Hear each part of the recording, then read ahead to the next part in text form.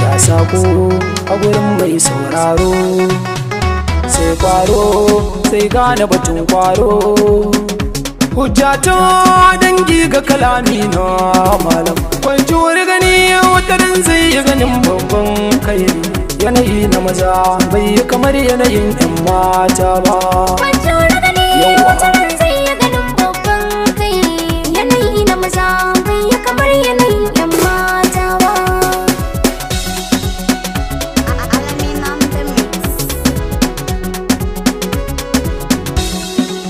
Saboda maza jari ne maganar nan na duba, shi mai haƙuri ya kasari ba ce zai bi ba.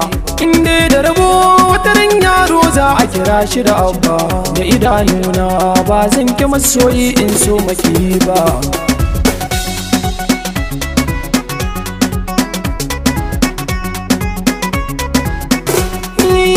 Wasu sun yi kira na ji kiran sirjan bakuna amsa, har na ji sunanin farcin waka wai zan kasa. Tukuji ni da kyau Allah ni na rike ba na sa'insa, addu'a ta uwa ta tsaya mini ba boka ko malam ba. Kwanci wani gani wataran zai yi ganin babban kai. Yanayi na maza bai yi kamar yanayin 'yan mata ba. Na saka damara ta alaka ban guji kowa ba, amsar sabon ku na turo ba ku ce komai ba. Ko ne bacci to ku sani ba zan ki mafarki ba, manufar ku ta sharri alkhairi ta zamo min ba ku gane ba.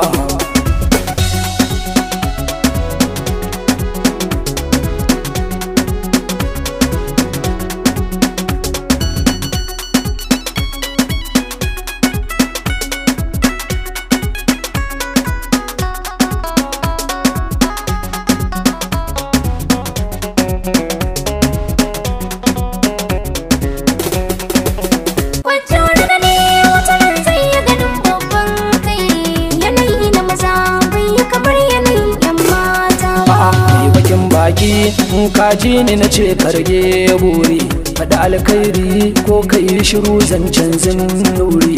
Yau da gobe tana gun Allah ni ba na in kari, duk yanda ya so ka zai yi da ni ba zan ja ayayya ba. Yawa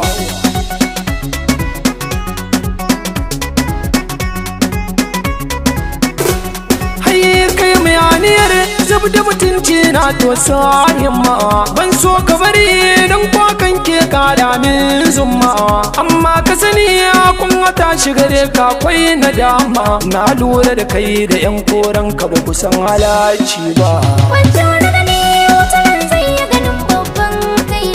Yanayi na maza bai yi kamar yanayin 'yan mata ba.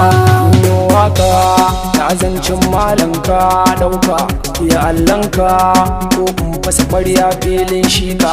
In ka tara mutane ka cakwai mu da girman kai don su bi kawa, to ka gane masoyi da maki Allah ke yi duba.